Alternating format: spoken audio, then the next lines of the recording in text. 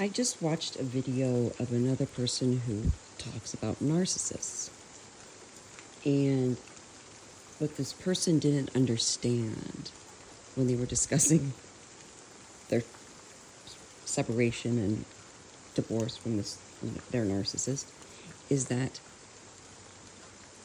the normal person cannot comprehend what it is like to not have a full range of emotion and not have a heart, to not have empathy. This is really hard for a normal person to wrap their mind around, to understand this, that the narcissist will go to lengths that you cannot even imagine to get to you. You cannot even imagine the depths of the depravity that the narcissist will sink to if they want to take you down. And they are trying to take you down anyway all the time. But if they really want to go all out, they will do things to you and others that are just outrageous. Just outrageous that a normal person would never even consider, ever. Because they're so harmful, so hurtful, and so devastating to their target's life. A person that has empathy, even if, somebody has done something horrible to you and you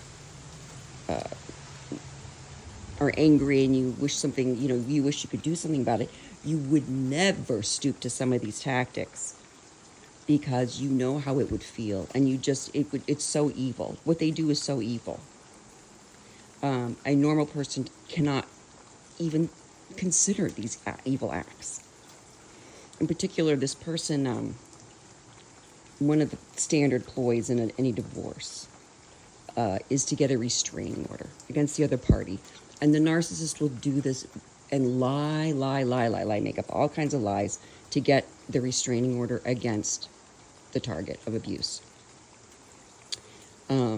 So this is no joke. These restraining orders are no joke. And then the narcissist will try to maintain contact with the person they just got a restraining order against because it was all bullshit. So they'll call them up and want to talk about stuff, have them want to come over, want to take the kids, whatever, blah, blah. No. You don't get to do this. Because you just don't know at any time. If you have a restraining order against you, the narcissist, and you come into contact with the narcissist in any way whatsoever, and they will set you up. Make no mistake, they will set you up to call the police on you. And the cops must arrest you immediately. There's no explaining, there's no, this person called me. No. They don't care. There's a restraining order in place. They will take you to jail. And then you have to go, then you have to explain that in your divorce proceedings. It doesn't look good. I've seen this and heard about it so many times with people that they just don't understand the way these emotionless creatures think. Because to them, it's all about winning. They need to win. They think everything is a competition. If you're competing with a person in a relationship, you're not going to have a relationship. It's a competition. It's not, and the narcissist must always win, whatever winning means in their mind, being better than, because they are so fundamentally retarded. They have no emotion. They have no conscience, really. And which this makes them very weak. They're parasites. They're weak. Anybody who needs to control other people so desperately is weak. Anybody who wants power over others so very desperately that they go to these measures is weak. They're weak because they know that they are not enough. They know there's something wrong with them. They know that they are not like regular people, like real people. They know this. And so they want to hurt you and destroy you. They want to hurt. They really do. That's their mission in life, is to hurt and destroy as many normal feeling, really true human beings who have a full range of emotion, hurt and destroy as many as they can. And they are all the same this way. All of them. They don't care if you come across their path, they will try to take you out. They will try to absolutely, utterly destroy you and your life in any way possible if you keep them around, if you stay around them. This is really, really hard if you have children with this person, or just, if you have been love bombed and going through that brainwashing and emotional addiction that they create through your endocrine system. You're addicted to your own hormones because of their behavior towards you. So it's really tough to break away, but you have to. You have to ignore these people. You must, because they don't feel. They have no feelings like you do. They pretend to have these feelings, but they really don't feel them. That's how they can do these horrific things to other people and not even think about it. And believe me, they do. They do, and they'll do stuff that will take you by such surprise. And is so horrible, and they will do it in a way, and then they'll turn around and blame you. And they'll have some excuse, some plausible deniability about why they did what they did, and then they'll blame you. That's just goes with the territory. I mean, blaming the victim always goes with the territory. You not only can you do nothing right, but then when they attack you, it's turned against you. Like you set them up to attack you. It's your fault. Everything is your fault. Everything. And even if you take responsibility for everything, they know it's not all your fault. So then they think you're a sucker and treat you with even less respect. So the only effective thing to do is ignore them.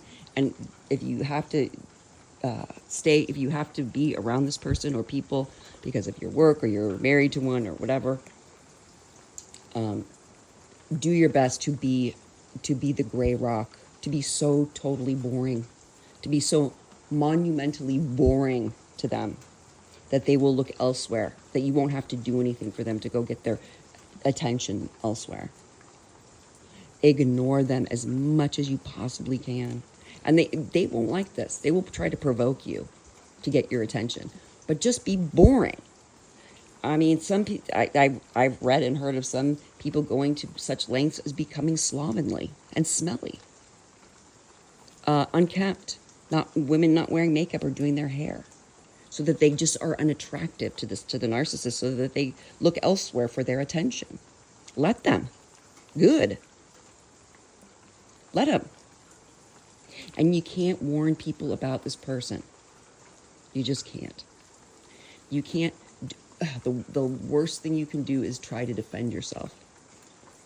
Because people don't know the backstory. They don't know everything that's gone on. And all they see is what's right in front of their face. They're not involved. They're not there. They're not there every day. They don't know what happened. So they believe the best liar. And you're not a liar, and you're emotional. So you're going to come across as, upset and maybe even crazy. So don't waste your time explaining yourself. People will either believe you or they won't. And then you'll know who's who.